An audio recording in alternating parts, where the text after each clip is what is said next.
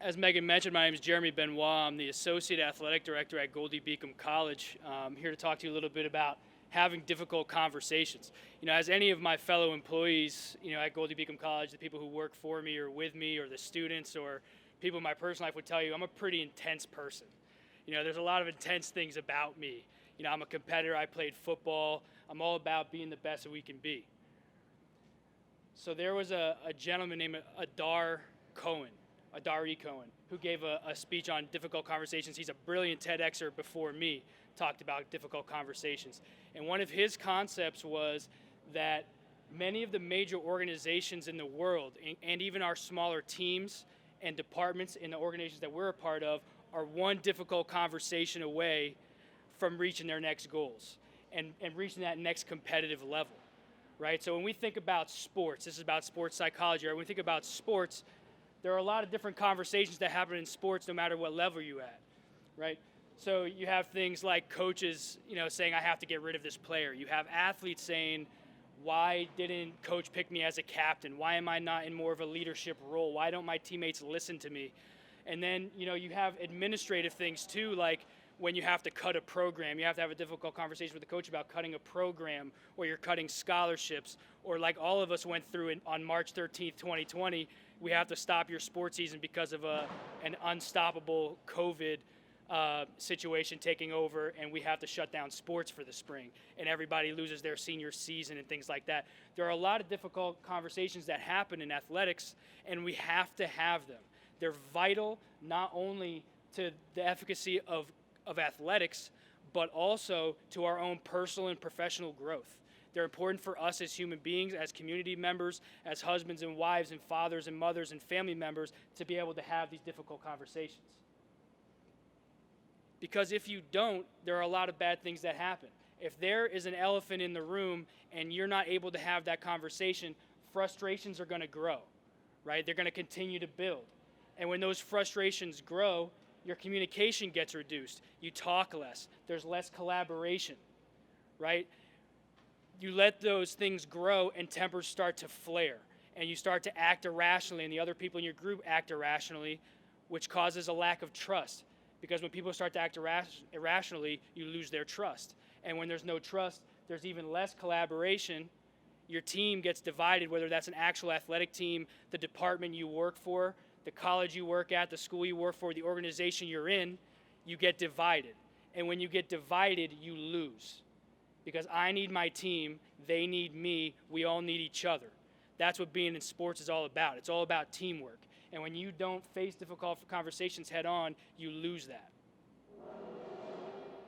We always say, but it's awkward, right? Nobody wants to go face first into a confrontation because it's awkward, right? Maybe you're a student athlete and you think that, your teammates aren't going to listen to you. Maybe your teammates don't see you as that leader, so it's going to be awkward for you addressing that situation. Maybe you're an administrator, but you're not an upper-level administrator, so you don't think people are going to listen to you. It's awkward for you to have that conversation. My answer to that is good. It's good that it's awkward, because that awkwardness forces more honest conversations, right? There's a guy by the name of Jocko Willink. All right, Jocko Willink is a military guy. You might know him. He has a lot of great motivational videos out there for people on YouTube. One of his videos is entitled Good. He talks about these difficult situations and why they're good and what they do, right? You lost your job today, good. It gives you an opportunity to go out and find a job that fits you better with an organization that respects your work. Same with, he talks about, your wife left you, your boyfriend left you, whatever, good. That's an opportunity for you to find somebody that you mesh with better that's going to help you succeed as a person. I say the same thing about conversations in athletics. It's going to be awkward, good. Here's why. Because you're going to grow. You're going to learn how to listen. You're going to learn how to get information from others. You're going to learn your own tendencies in conversations, what things get you heated and what things don't. What parts you're comfortable talking about, which ones you aren't. What your limits and boundaries are. You're also going to learn how to empathize and sympathize with other people by becoming more aware of their personal situations and who they are as people. And then as a result of that, you're going to have an increased level of emotional intelligence, which we'll get into in a minute.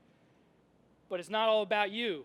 It's about your team. Your team's going to grow. Everybody around you is going to grow as a result of you confronting these situations. Those lines of communication I talked about are going to open back up. Trust is restored, which means you're going to collaborate better with your teammates. Everybody's going to be better working with each other. You're going to learn about each other, not just about what makes you tick and what makes you happy, but what you can do to make everybody else tick and make everybody else happy. And last, you're going to win. You're going to win. Your team's going to win. Your department's going to win. Everybody wins when you have these conversations.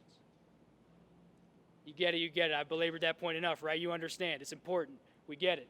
But how do we do it, right? I would love to sit up here and give you a 5-step process that's going to hammer out every conversation you're ever going to have, but that's not reality because every situation is different. Every person's different. The first thing you need to think about is what makes a conflict, right? So a disagreement is simply opinion A and opinion B. Not necessarily adversarial, but they're two different opinions. But where that turns into a conflict is with the personality, with the people. People create conflict, not situations, right? We create conflict with our personality. As you see, the opinion A, the personality behind opinion A is what augments that opinion. How aggressively they feel, the way they act behind it affects that. Same with opinion B, right? So if you have somebody who feels strongly about opinion A and they're going to act on it with their personality, and you have opinion B doing the same thing, that's where conflict happens. So understanding what a conflict is very important. And that's why the personalities is why your emotional intelligence is very important. You have to be able not only to know yourself as a person, but you have to be able to know everybody else in your team and what things make them tick. Some stuff about me, like what do I bring to the table? Because you have to think about yourself, right?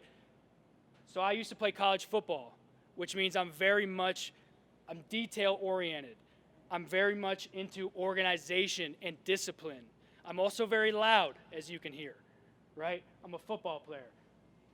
I'm an associate AD at Goldey Beacom College, which means I lead people, right? I lead not only adults, but I lead students. That's a big part of who I am in my life. I'm a soon-to-be husband and stepdad. I'm getting married next October, right? There's a lot of things that go in home. You want to think about their personal life and what that brings to the table. You know, me having a small child around changes a lot of the things that I do, and it changes who I am as a person. That's a lot of what goes into these situations as well. And then I'm a major D, right? If you don't know what that is, if you're not familiar with DISC, you won't, but now you're going to learn. You and everyone you ever have known or work with fits somewhere on this table. The DISC assessment is the NCAA's preferred tool for emotional intelligence. I use this with my athletes every couple of years, particularly our leadership academy, so that they can learn about their own leadership style and what makes them work, and also their teammates. Why that's important is because with emotional intelligence comes your flexibility. You have to be able to flex to your teammates and the other people in your department. The better you are at flexing to their style, the more likely you are to correct the problems that you're having in these difficult conversations. You have to be able to be flexible. So like I said, I'm a D, right? Dominance fits with that football mentality. I'm very much firm. I'm strong-willed. I'm straightforward. I tell the truth. And sometimes it's bad because you don't really care what other people think about it. So it can be a problem, right? Influence people. We have a lot of these in athletics. It's a lot of the people who are big on their own personal standing in a group, what they mean to other people. They're very enthusiastic and optimistic. They want everybody to like them, right? The S group is steadiness. They want everything to have a nice level of homeostasis in their group. You know, they're very patient and humble. The biggest thing about S's is they care more about your happiness than they do their own. So that we'll get into what that means in a second. And then with the conscientiousness folks, they're focused mostly on data and facts. They're driven by those things all night and day, right? They want to know what you need from them and why in specificity. They're very systematic in their approach. So why is that important? We have to learn how to have these difficult conversations with each group. For D's, I'm going to give you some tips for each one.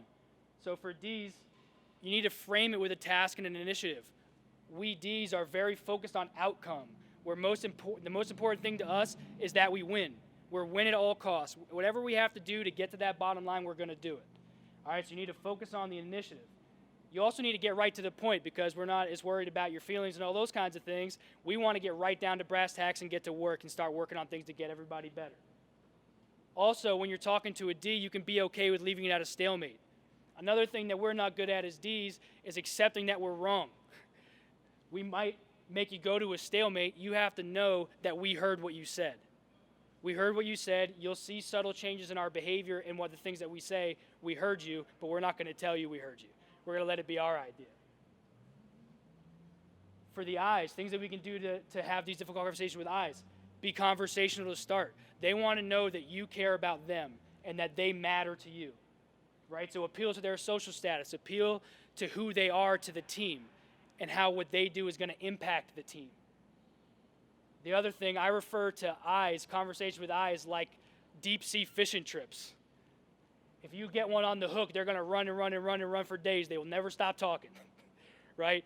You're going to get them on the hook. Let them talk, but make sure you keep a hand on the reel and always bring them back to the conversation at hand, the issue at hand, because they'll get away from you. You got to make sure you always bring those people back. For our S's, like I said before, they want to know that everybody else is happy before they're happy. So you have to appeal to their value and strengths and that your team needs them, that their happiness and their success relies on you. They need to see the big picture of everybody else in mind. The other thing is they like things to stay consistent, right? Quick changes and stuff like that throws them off. For our C's, same as the first one, the D's, focusing on outcome. They're very driven by the outcome, except they want to know exactly why. Tell them exactly what you need from them and why. If you just say do this, do this, do this, they're not going to respond because they need the facts and figures to back that up. And they will fact check you, I promise. Other thing with C's, no limited small talk. Same as the D's, they want to get down to brass tacks. They want to just work towards the goal. They're not as worried about the personal things and the small talk. They want to get right down to brass tacks.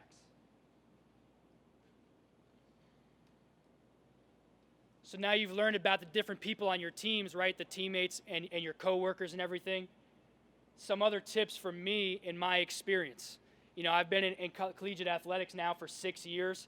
Before I got to Goldey Beacom, I worked for a little bit for the Ivy League, and I played and was a grad assistant at a Division III institution in Vermont, Castleton University. A little shout out, go Spartans, right? I've been in all 3 divisions of collegiate athletics for different periods of time. So I have a little bit of a different perspective. For me, one of the important things is timing. Timing is everything. Timing is everything. It's very important. Knowing when to bring up a conversation, not force it too early, but also not wait too long is very important. You can't let things fester, but you don't want to bring up issues that aren't actually a problem. Being intentional with the environment and the ask. How you engage these people in this conversation and where you have the conversation is very important, especially when you think about the different groups. With people like me that are Ds, if you're trying to get across somebody that's dominant and forceful like that, it may help you to make them feel more comfortable by having the conversation on their turf, whether it's in their apartment, if you're teammates or whatever, if you're in their office as an employee, whatever, may help having them. So being intentional with where you have the conversation and how you ask for it to happen is important. Listen to understand, not to respond is a big one. In today's world, a lot of us are listening just so we can get that next jab in. We're listening to hear something that we can call them out on. You know, the point of having difficult conversations is that you can listen to understand their point of view. You need to understand who they are and what they're thinking in order to adapt to that to get rid of the conflict that's occurring, right? You need to listen to understand their perspective. Another tip is to welcome moments of silence. People are, a lot of times, are quick to fill moments of silence with little tidbits of information that can often go awry. My suggestion is that you take that moment of silence, give yourself an opportunity to reflect on things that are happening, give the other person in the room the opportunity to reflect on the things that you've talked about, and then move forward.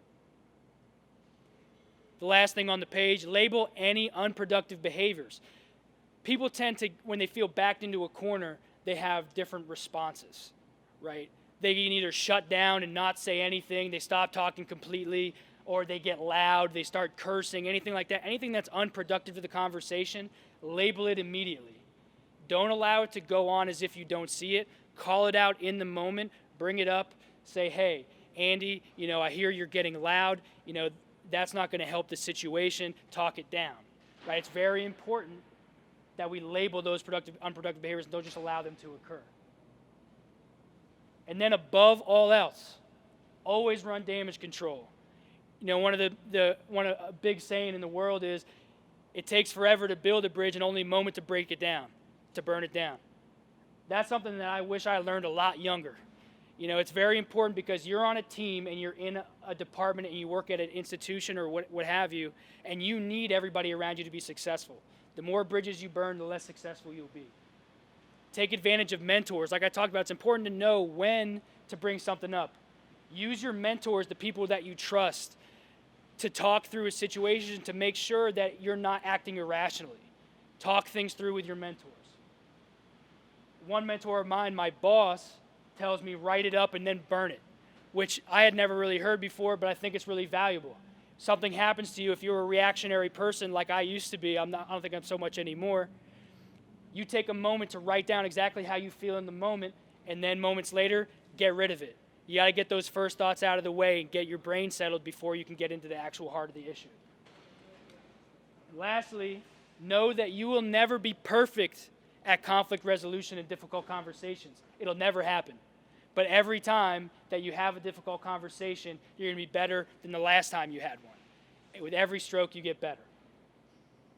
With all of that known, think about where you are in your life, the teams that you're on, the department you're in, the institution you work for, and what's your elephant? What's your elephant in the room, and how can you attack it? Thank you very much.